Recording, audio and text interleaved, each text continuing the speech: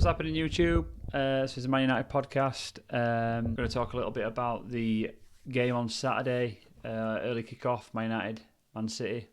Big advantage we're at home, but other than that, it's looking pretty tight in terms of getting a result out of that game. So we'll talk a little bit about that, some of the positives and negatives from Tuesday night against Atalanta. Obviously, some big positives from a Ronaldo perspective, some weaker positives from a defensive aspect. So talk a little bit about that, about the team that he's probably going to pick, which I'm sure all of us already know about. And then, let's talk a bit about that, and then we'll see where we get. Let's get into it.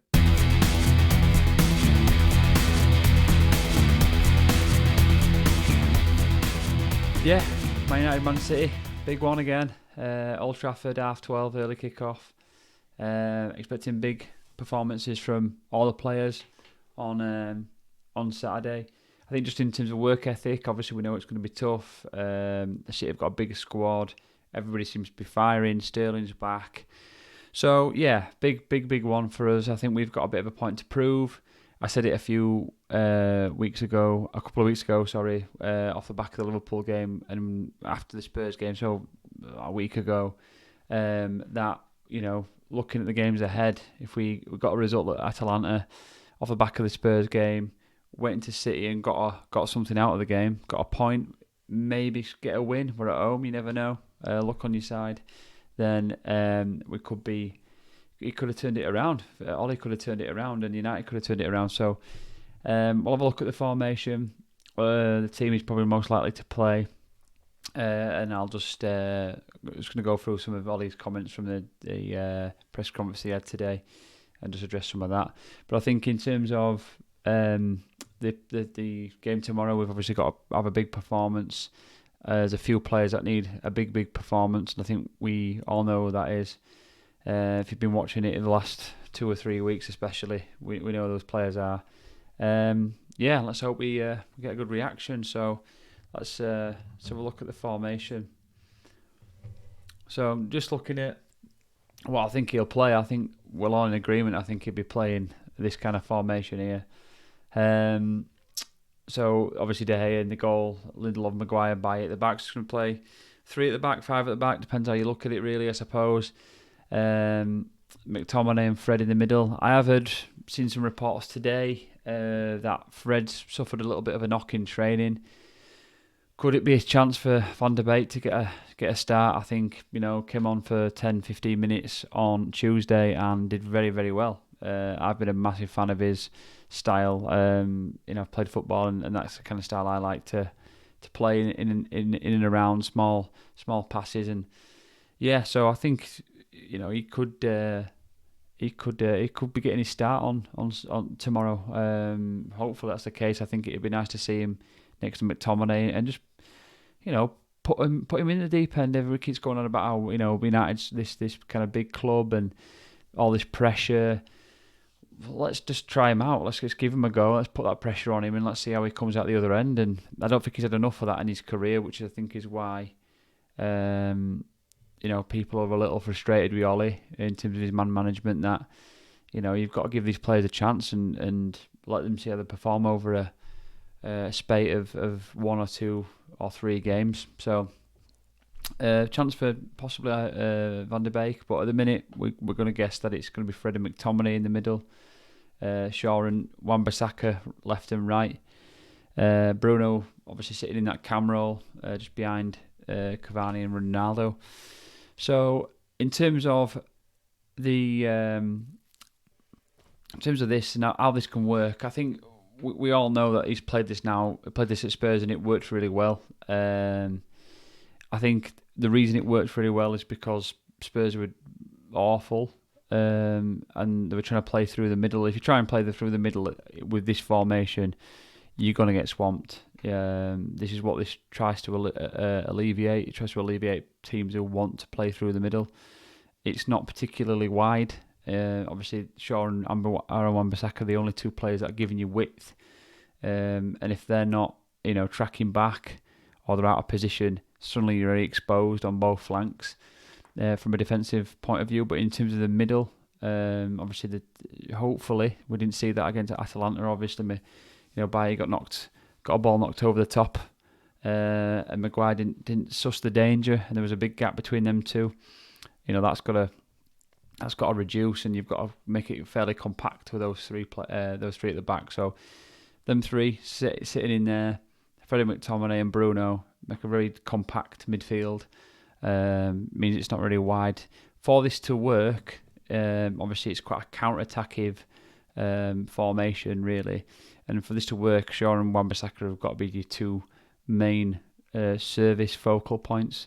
And they've got to work very, very hard, as well as the rest of the team. But you're not going to press with this team. It's a danger to press beyond the halfway line too much.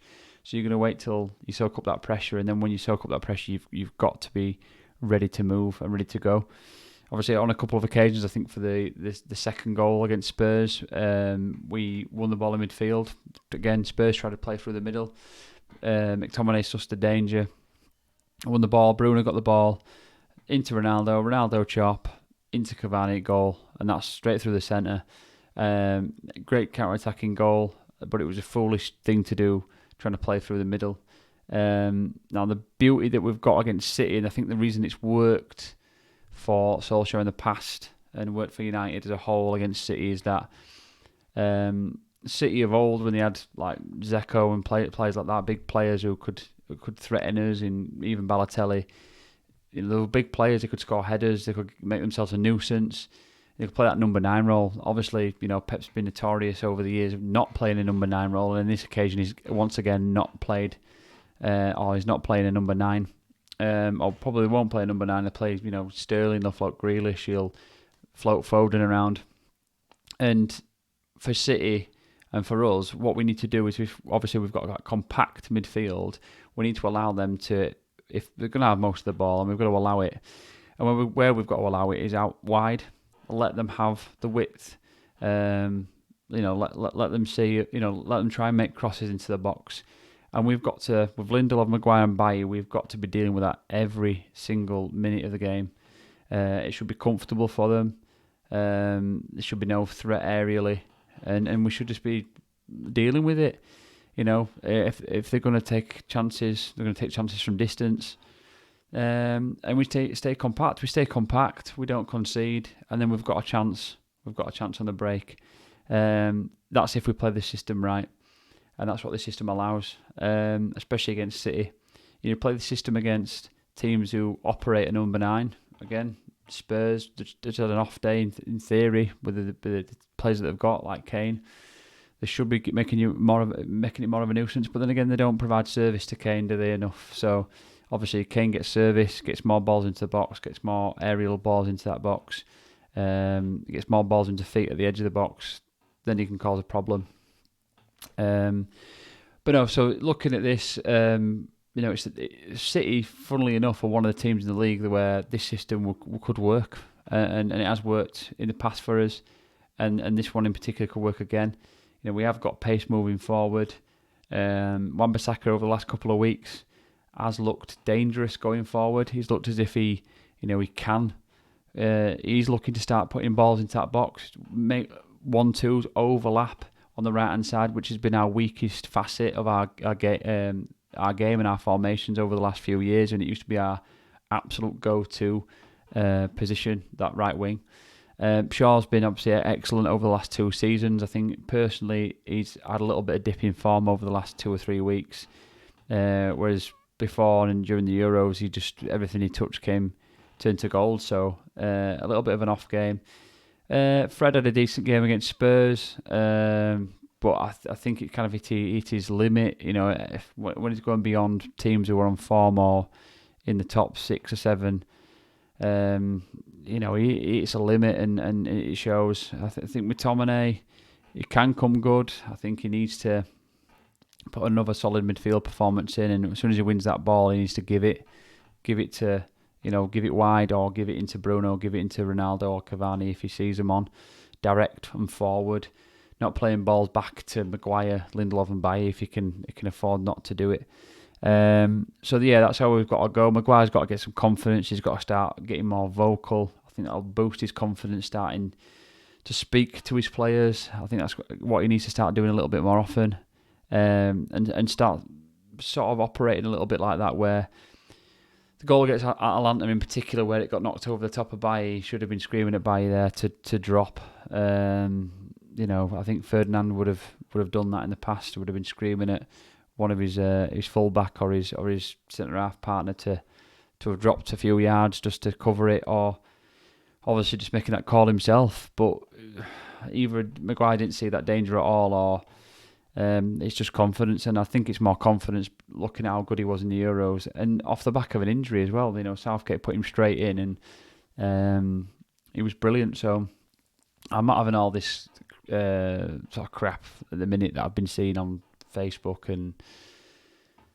other platforms where they've been saying, he's done and all this lot. We've got a pretty sour fan base in certain sections, not all, obviously. We've got some, and same with the Ollie outers. It's end of the day, we've just got to focus on games and trying to get through it and look at the positives. So yeah, I think we've got a chance. Weirdly enough, I think if you asked me that off the back of the Liverpool game, or even going into the Liverpool game, I probably would have doubted you. But I think looking at the formation against City, it can work. City don't, and I don't really fear City from a wide perspective.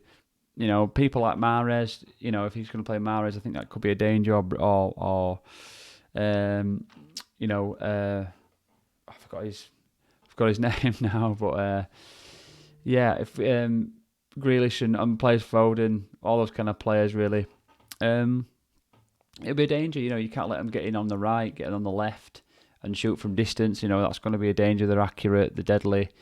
So we have got to keep it compact, keep it narrow, push them wide, and force them if they're going to get anything to deliver balls into the box. So yeah, that's the kind of formation. In terms of Solskjaer's interview, so was asked today about his record against Guardiola and City, and he basically commented saying that he's looking towards the next game. Obviously, he's got a lot of respect for Pep, which is understandable, but he's obviously got a good record against Pep, which it is. He's been brilliant against Pep, and the last game, I think the most notable game was the McTominay last-minute goal, which was just amazing game. And I think it was one of Bruno's sort of moments as well. I think Bruno got a bit of a moment in that game, if I remember. Everybody was doubting Bruno at the time. Again, another bit of sourness from some of the fans doubting him in big games, and I think he came up in that game and showed what he was worth. So yeah, I was asked a bit about that. I think in terms of the Liverpool defeat, he was asked a little bit about that, but he's right. I mean, when he stepped into the role, he said in 2018, he was 3 years ago. He was under pressure already in his first 2 weeks. Speculation about him losing his job even in December when he stepped into the role. So completely agree. I think we just need to just move on from the Liverpool game. It was not great. I think there was an air of disappointment even from Liverpool and Liverpool fans and Klopp. I think they kind of wanted a test, and it never really happened, and it was over before it had even begun really, that game. So we've got to look at these next 3 or 4 games. I think the next one's Watford away, and then we've got Chelsea and then Arsenal coming up, with some European games in between, young boys. So I think over the next 4 games, this one included, so the City and the Watford and the young boys game, we've got another potential results out of those games. So I think we just need to keep pushing on and forgetting about the Liverpool game, to be honest. Obviously there's some negatives there with the defensive aspect of it, but I think let's judge it on Saturday. Off the back of Liverpool, we've beaten Spurs, we've sort of scraped through against Atalanta, I should say, and let's just see how we get on. So yeah, we asked a bit about that, kind of bypassed it really, and then I've asked about his influence with Ronaldo, which is just want to touch on really at the end, because that was just the positives, and I'd like to finish a little bit on that. But unbelievable on Tuesday. even when I see it go in now, it's just like watching a game of FIFA or whatever. It doesn't seem real. I went to the Atalanta game, the first game. We were 2-0 down at half time. Came back. It was a good team performance. Atalanta were pretty poor.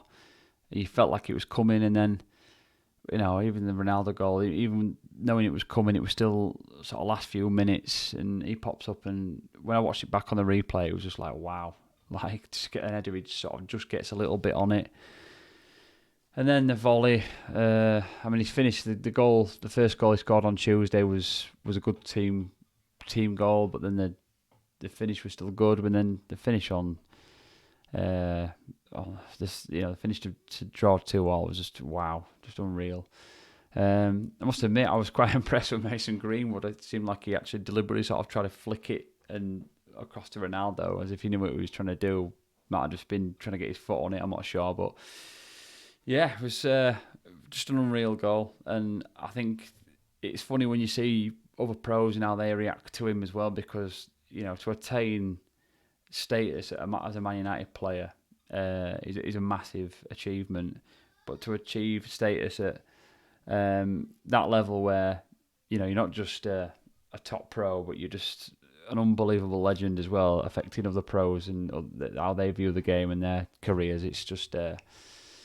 he's unreal. So, yeah, I don't expect much from Ronaldo on Saturday, just because I think it's going to be very difficult for him to get a lot of service, and he's just got to keep plodding along. Obviously, what he does best is just popping up when he's needed, and he will get a chance. He will get a chance or two, maybe three, across the game, and no doubt if it's a half a chance or more, he'll take it. But we've got to just keep compact, expect that we're not going to get the ball.